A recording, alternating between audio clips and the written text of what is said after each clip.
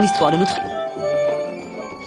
Et l'invité de notre journal, je vous le disais tout à l'heure, est Jean-Philippe Omotunde, auteur, chercheur en histoire. Il prononcera différentes conférences avec l'égyptologue Jean-Charles Gomez, notamment sur le thème du noir dans l'imaginaire français depuis l'esclavage. Bonsoir et merci d'être parmi nous. Alors, vous êtes ici à l'initiative de l'association Etoka, qui nous a signalé que vous faites partie des chercheurs qui ont eu accès à des documents qui n'étaient pas du tout connus du grand public. Oui, c'est-à-dire en fait, vous aviez fait des découvertes exceptionnelles. Hein, oui, c'est-à-dire que j'ai eu l'occasion déjà d'écrire un ouvrage donc qui s'appelle la traite négrière européenne, vérité et mensonge. Et c'est vrai que depuis donc 2005, il y a eu un intérêt sur le plan national donc pour cette histoire. Et je pense que compte tenu du fait qu'il est maintenant un petit peu plus facile d'accéder à certaines sources, donc c'est quand même intéressant de pouvoir à la fois se pencher un petit peu plus sur la problématique donc des razzias négrières même en Afrique, et puis tout ce qui touche un petit peu à l'esclavage d'une façon générale. Alors, lors de l'une de vos interventions, vous parlerez de l'aliénation culturelle. Oui. En fait, est-ce qu'il s'agit bien du phénomène de l'assimilation?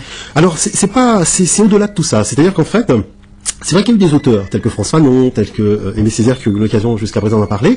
Moi, j'ai fait un ouvrage là-dessus parce que j'ai voulu surtout à la fois un peu expliquer, dédramatiser et montrer un peu quelque part un petit peu la voie pour essayer de retrouver, je dirais, se retrouver soi-même. Hein. C'est quand même important parce qu'il est question quand même de traumatisme.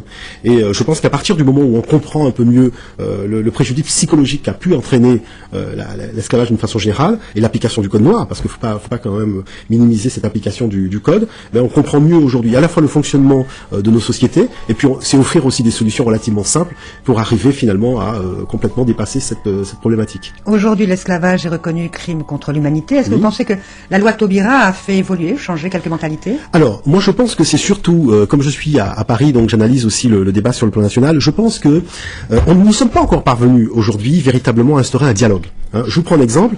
C'est vrai qu'il y a eu des problèmes entre la France et l'Allemagne, qui ont débouché à chaque fois donc sur des guerres fratricides relativement importantes, hein, le problème des guerres mondiales, mais il y a une démarche qui a été faite entre les historiens allemands et les historiens français d'écrire en commun un ouvrage pédagogique qui permettra donc d'avoir un enseignement aussi bien dans les écoles en Allemagne que dans les écoles en France. Cet ouvrage est en cours. Alors c'est un ouvrage qui sera prêt très bientôt, et c'est un ouvrage bilingue, donc qui est en français pour les Français, en allemand pour les Allemands.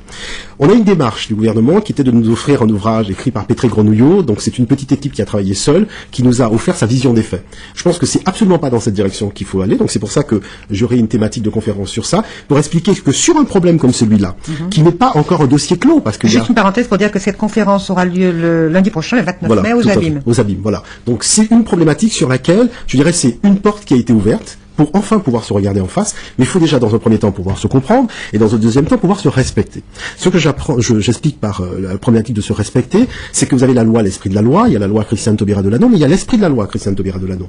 L'esprit de la loi, c'est de dire quoi? C'est de dire que, vu qu'il y a une reconnaissance officielle des victimes, on doit aujourd'hui pouvoir permettre aux victimes de présenter leur argument historiographique, et non pas nous offrir, je dirais, un programme pédagogique tout fait qu'on va venir enseigner à gauche et à droite, sans que nous ayons pu nous donner notre point de vue. Vous voyez, je prends un exemple simple. Monsieur Petré Grenouillot parle de 14 millions d'esclaves en Afrique pour une traite interne africaine, et vous prenez Monsieur Serge Dager, qui est spécialiste de l'Afrique en France, qui vous dit qu'il n'y a aucune donnée aujourd'hui fiable et scientifique qui vous permette d'apprécier une quelconque pratique d'esclavage interne africain. Vous voyez, donc c'est deux positions dans le cadre universitaire qui sont totalement et diamétralement opposées. Bon, après il reste quand même les sources historiographiques qui vous permettent en fait de vous faire une idée précise sur la question. Alors, est-ce que vous pensez que aujourd'hui la vision du noir dans l'imaginaire français est à souligner? Je veux dire, est-ce que là, oui, alors c'est-à-dire que y a un problème là? Je vous prends un exemple tout simple. Vous voyez, la semaine prochaine, donc les 2 et 3 juin, nous allons célébrer avec la ville du Gosier, donc Monsieur Raoul Nicolot. Monsieur Raoul Georges Nicolot est un des plus grands savants du monde, parce que c'est lui qui a permis à la France de réaliser le pari du nucléaire civil, pour le fonctionnement de l'électricité, la disposition domestique de l'électricité. Ce monsieur est parfaitement inconnu dans les écoles déjà en Guadeloupe, c'est-à-dire que les enseignants aujourd'hui n'ont pas eu de fiche pédagogique pour pouvoir présenter aux jeunes de la Guadeloupe les inventeurs et les savants de la Guadeloupe. Alors quand vous y allez, après, en étant la problématique sur le plan national, moi je vous prends simplement la discussion que j'ai eue avec Monsieur le ministre à Paris. Monsieur le ministre me dit, c'est vrai... De l'éducation. Monsieur le ministre de la Culture, qui dit, c'est vrai, je reconnais qu'il faut changer l'imaginaire des Français vis-à-vis des Noirs. Mais pour changer cet imaginaire des Français vis-à-vis des Noirs, il faut pouvoir présenter autre chose que les sportifs et les musiciens. Il faut présenter les scientifiques, les savants, les hommes de lettres.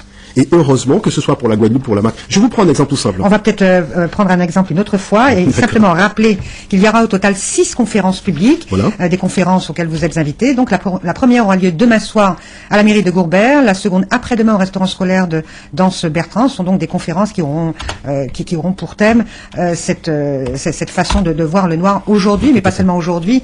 Voilà, tout à fait. Et on peut rappeler en fait que dans l'imaginaire français, de façon générale. De façon générale. Et puis on peut rappeler tout simplement que les gens ont la possibilité d'aller sur le site internet d'Etoka, eto-k.com. Voilà, il s'affiche à l'écran.